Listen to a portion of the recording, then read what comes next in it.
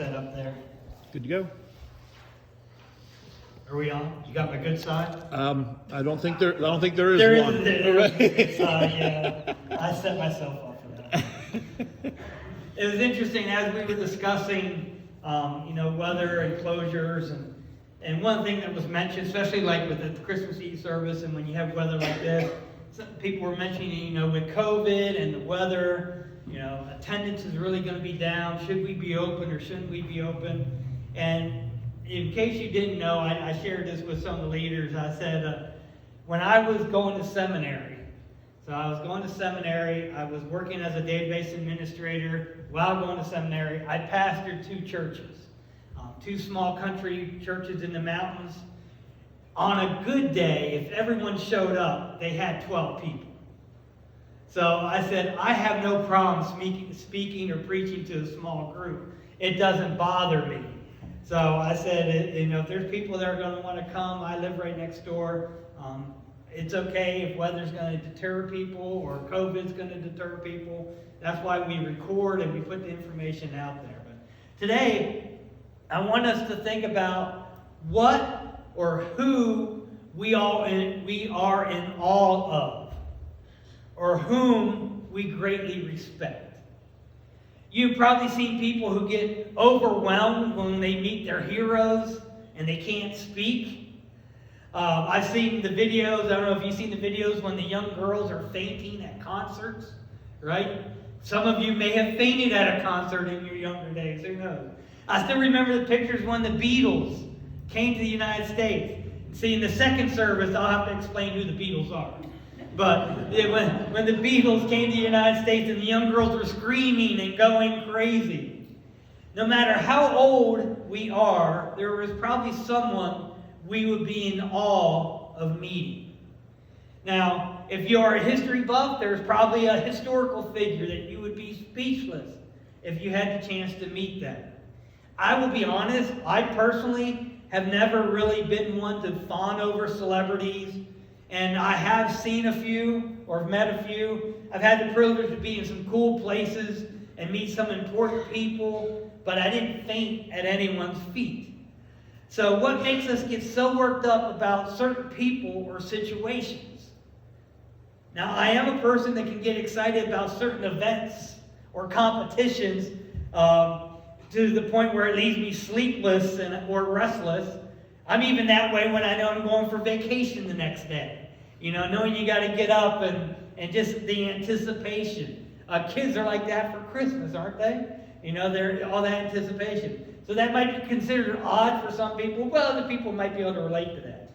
Today we're going to look at a very important person who truly understands the meaning of reverence, awe, and respect. We're going to look at Joshua chapter 5, verses 13 through 15. Joshua chapter 5, verses 13 to 15. Now when Joshua was near Jericho, he looked up and saw a man standing in front of him with a drawn sword in his hand. Joshua went up to him and asked, "Are you for us or for our enemies?" "Neither," he replied, "but as commander of the army of the Lord, I have now come." Then Joshua fell face down to the ground in reverence and asked him, "What message does my Lord have for his servant?" The commander of the Lord's army replied, "Take off your sandals, for the place where you are standing is holy." And Joshua did so. Now this is the passage where Joshua is starting to lead the Israelites in the conquering of the Promised Land. Now to give us a little background, Moses had just passed away because he was not allowed to enter into the Promised Land. If you remember the journey through the desert, one time Moses was told to strike the rock and water came out. The next time he was told to speak to the rock, but he struck it again. And because he didn't follow the Lord's instructions to a T, he was told he was not going to reach the Promised Land. So Moses led the people all the way to the outskirts of the Promised Land. And this is to the point where Joshua was kind of put in charge right prior to Moses' death. And then after Moses died and after the mourning period was over, Joshua led the Israelites across the Jordan into Canaan, the promised land. Now, the Israelites crossed over the Jordan on dry ground once the Ark of the Covenant entered the water on the shoulders of the priest. The water halted on both sides. All the people crossed the Jordan on the dry ground, and once the priest exited the Jordan River with the Ark of the Covenant, the waters returned to the flood stage level. It's interesting that everyone talks about how the Israelites escaped Pharaoh by crossing the Red Sea on dry ground as the water was stopped, but nobody mentions here where they crossed the Jordan in the same way.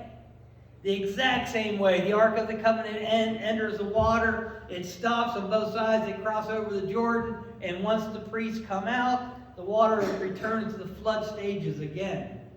So it happens more than once, but nobody ever mentions the second time. I guess, if it's a repeat, it's like, yeah, seen there, been there, done that, right?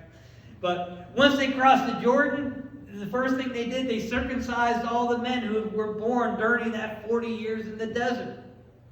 Then after they did that, which was, respecting God's law, then they celebrated the Passover.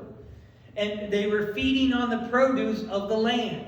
Because they were promised that this promised land would be filled with milk and honey and plenty of food. So this would be the time when the manna stopped.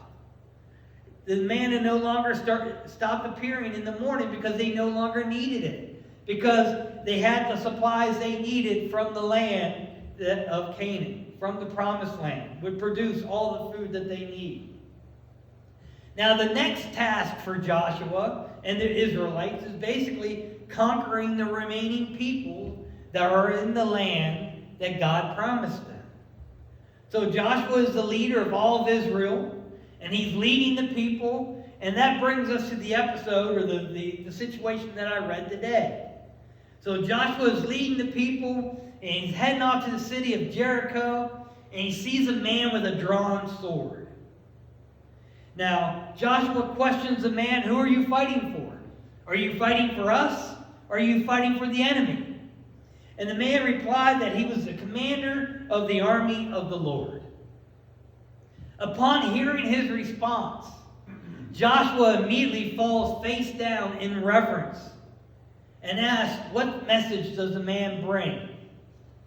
And the man tells him to remove his sandals because he's standing on holy ground.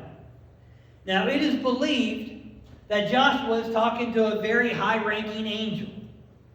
To be a commander of God's army, this is probably an angel of some importance. Now, Joshua immediately falls down. He falls face down. But notice, he didn't do that when he first saw the angel. You notice that, right? When he first sees the angel with the drawn sword, he walks right up to him. Pretty much says, are you for us or against us? So, we've talked about during the Advent season how the shepherds saw the angels and, they fell down and worshipped. And here, Joshua just walks up like, dude. I don't know if he said dude. Sup, man, sup. But he goes up to him and says, are you for us or for against us? But once the angel says that he was a commander of the army of the Lord, that made a whole difference to Joshua. And then he goes, you're from the Lord. He immediately falls face down. So it wasn't the appearance of the angel, it was who the angel was representing. And once Joshua realized who this angel was representing, he falls face down and he says, he's showing reverence and awe because this man is from the Lord. This angel is from the Lord. I keep saying man and angel. I'll be entertaining that, and you'll see why here in a second. So, he's basically showing awe and respect, not to the angel, but because the angel was representing the Lord. And even Joshua, who is a very powerful and important person, he's leading God's people, right? He's the man in charge. He has no problem at all acknowledging that God is the true leader and that Joshua, that he is a subordinate. Now, it is something that we all need to come to realize at some time in our lives. Too often, people think too highly of themselves, and they don't pay respect or reverence to anyone or anything. We see that in celebrities, we see that in politicians, we see that in world leaders. I even say we see that in religious leaders, where they think they're all powerful, they don't pay any respect to anything, and sooner or later it all comes crumbling down pretty quickly. As a pastor, it hurts me every time I see another religious leader who falls and stumbles. And we, like I said, we see celebrities, politicians, athletes, whatever you want to see, the people who think too highly of themselves, or they have too many people around them who are telling them how great they are, that they think too highly of themselves. Joshua is wise enough as a leader to know that all things come from God. And without God, that he and Israel would be in serious trouble. Especially since they are getting ready to go to battle to clear out the promised land. Basically, if you know your task is to go and conquer these nations so you can clear out the promised land, you definitely want God on your side. You want to make sure that you are doing everything right, everything as instructed. And we should also notice that Joshua obeyed when the angel told him to remove his sandals because the ground was holy. Now here's a question for you to ponder. What makes the ground holy? Was it holy because an angel was speaking to Joshua? Was it holy because it was the land that God promised to the Israelites? Was it holy because two people are there talking about the Lord? You know, where 2 or 3 gather in my name, I will be there also. Normally, when holy ground is mentioned, it is holy because God is in the presence in that place. When we gather for worship, we light our candles to represent God, and the Holy Spirit is in this place. Because 2 or 3 who gather in his name. That is why, though, some people say it was not an angel talking to Joshua, but God in human form. And that's why it was holy. Now, I don't think it matters if it was God in human form or an angel that was a commander of the army. Joshua recognized that he was in presence of someone of more importance than himself. And again, I go with the whole idea if you have 2 or 3 gathered.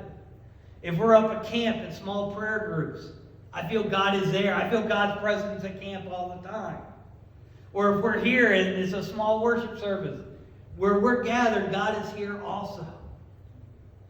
So, maybe you want to do some research and figure out why it was determined that was holy ground. I gave you like 3 or 4 different options. I'm not doing it for you because I'm saying it's one of those, doesn't really matter because there were a couple people there talking about the Lord. But we see, though, that Joshua recognized the importance of this angel, and I see Joshua shows reverence and awe. And we need to do that same thing. We need to show that same reverence and awe when we spend time with God. Now, I am not one who thinks a church service is supposed to be deadly quiet and that everything happens at a whisper. I believe when we come together in worship, there's got to be fellowship. There's got to be praise and worship. There's got to be community, because this is what energizes us for the rest of the week. And I always pity the poor children, and some of you were raised in churches this way, where you were told to sit down and shut up, and you had your hands across. And if you spoke or all during the service, your parents let you know about it on the way home. I don't think that allowed kids to me, kids give you the sound of life. It doesn't bother me. It usually bothers the parents a whole lot more than it bothers anybody who's up front.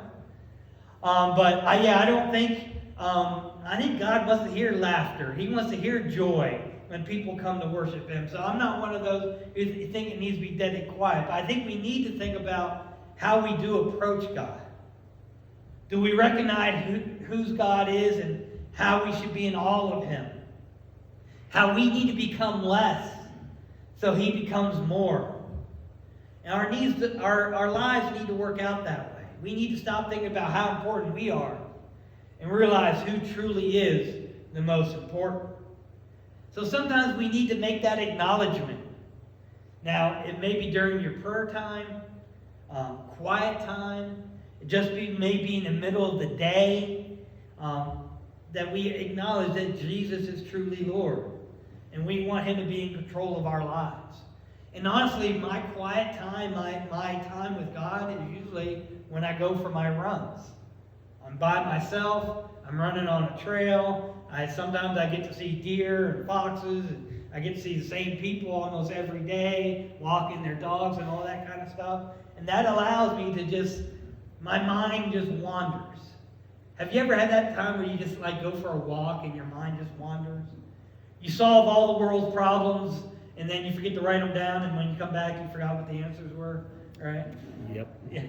How many of you solved the world's problems in the shower and have nothing to write down with, right? Yep. So you understand. Sometimes on my way back from a run, I just keep repeating what I need to write this down. I need to write this down. This was a good one. I get a lot of sermons that way too, by the way. So whenever that time is where you spend that time to acknowledge that quiet time, that peace and quiet, do we place too much importance on ourselves and fail to recognize God for who he truly is? Joshua, a leader of a nation, fell to his face and in awe and reverence when he realized that he was in the presence of an angel of the Lord. How do we show our respect and awe to the Lord? I can only imagine. Now, I would ask all of you if you're willing to stand, and we're going to sing I Can Only Imagine by Mercy Me. I think this song, every time I hear it, it always makes me wonder how I would truly react.